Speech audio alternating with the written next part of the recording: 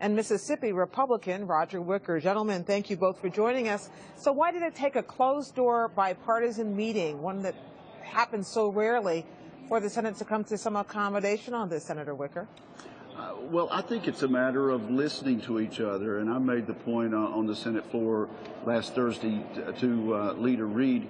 A lot of times it's just the leaders on the floor, oftentimes speaking to an empty chamber, and rank and file members like Jeff and I don't talk enough. So I think it's a matter of listening, learning what the grievances were, the perceived grievances, and seeing if we could find common ground. So let's talk about the common ground, Senator Merkley. Usually in a compromise, both sides get something. What did each side get in this case?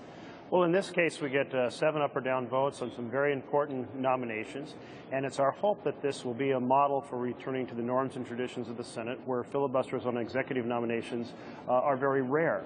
And certainly, neither side gave ground on the future. Neither the Republicans saying that they won't filibuster, nor the Democrats saying if there are filibusters outside of the norm, that we won't come back to this conversation again.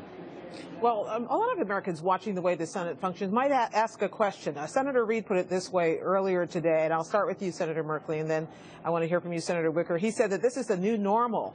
Is it the new normal or a variation on the old?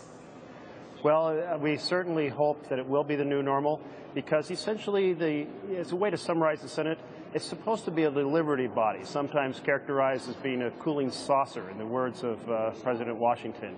But it's not supposed to be a deep freeze, and that's where we feel we've been. And we've also adopted these new traditions, and I say that in the best context, things that just weren't the way the Senate acted in the past. In the period of time from President Eisenhower to President Ford, there wasn't a single filibuster of an executive nomination. And so trying to return to that period where the power of advice and consent was not obstruct and destroy is very important. Is that where we are today, Senator Wicker, with obstruct and destroy instead of advise and consent? Well, you know, I think filibusters are sometimes in the eye of the beholder. Oftentimes the leader will call a bill up, fill up the amendment tree, and then file cloture, and he will call that a filibuster. Let me make this point about the appointments. President Obama has appointed some 1,500 executive and agency nominations. He's gotten all of them through except for 4. If he were a major league batter, he'd be batting 999. So it's one thing to say we've had a lot of filibusters. I think the result has been protection of the right of the minority to get some information, to have some face time with nominees, but in the long run, the vast, overwhelming majority of them get confirmed, and we've still protected the executive's prerogative and the right of the minority, and we still have a Senate that reaches consensus and conciliation. Senator Wicker, you're not including judicial nominations in your figures, are you?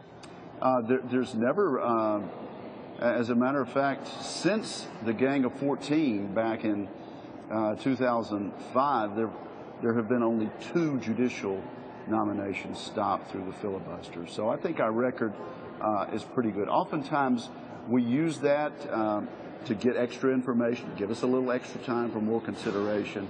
But in 8 years' time, only 2 judicial nominations stopped by this filibuster, but it actually was a practice begun by the Democrats. Still a pretty good record of confirmation overall. Senator Merkley, at a distance, it looks a little bit like the well is pretty well poisoned often between Republicans and Democrats in the Senate and in the House.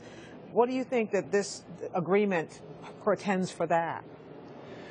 Well, I do feel that this represents a moment where Democrats and Republicans sat down, listened to each other, formed a compromise.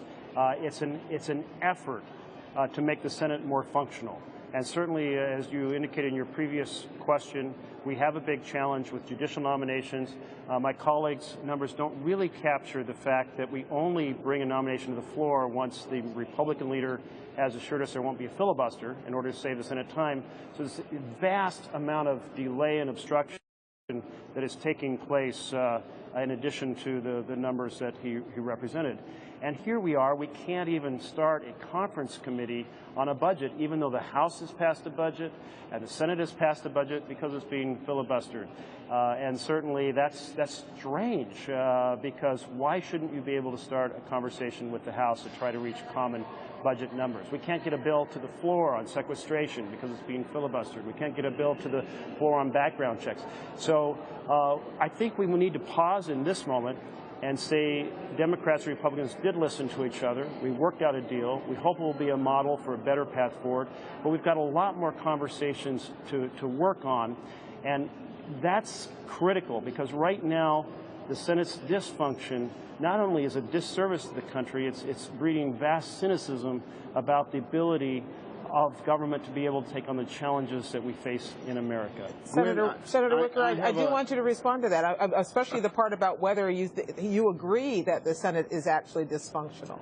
I think the Senate is dysfunctional for a number of reasons. There are a lot of frustrations on the part of Democrats and Republicans. But let me speak, for example, to the budget issue. We didn't have a budget for 3 years. Now, instead of moving to go to conference, the Democratic majority is asking for unanimous consent to go to Congress, because they know if they moved to go to Congress, our side would have an opportunity to send some motions to instruct to the floor. So there's two sides to this issue. And frankly, if the chairman of budget and the leader of the Democrats want to go to conference, they can simply offer a motion to go to conference. We would have an opportunity to offer our amendments and go forward. Instead, they've made it more difficult by making it where 100 of us have to agree. I guess my final question for you both is whether there always has to be a nuclear option, as this is called, in order for movement to happen on any issue. Senator Merkley and then Senator Wicker. Well, I would say at this point there's so much in partisan divide, and we don't have the three networks pulling us together from the 1970s and 80s. We don't have the relationships that come from being in the foxhole together, as the senators did when I first came here in 1976 as an intern. We don't have that framework, and therefore we either need to find ways to reconstruct a new social contract, or we need to change the rules. And that option of changing the rules is the option we don't want to go to. It's why Senator Reid started in January 2011 with a gentleman's agreement. It's why he reached a bipartisan agreement with minor changes in January 2013. But if we cannot find that social contract, then we have the responsibility to the American citizens to make the Senate work, and that means changing the rules, and that probably means using a nuclear option. Senator Wicker, it doesn't sound like anything much has changed. No, actually, I feel a lot better than, I think we're in much better shape than we were this time yesterday. We had a session in the old Senate chamber, and we actually listened to each other. Almost 100 senators were in there. We listened for 3 hours and 15 minutes.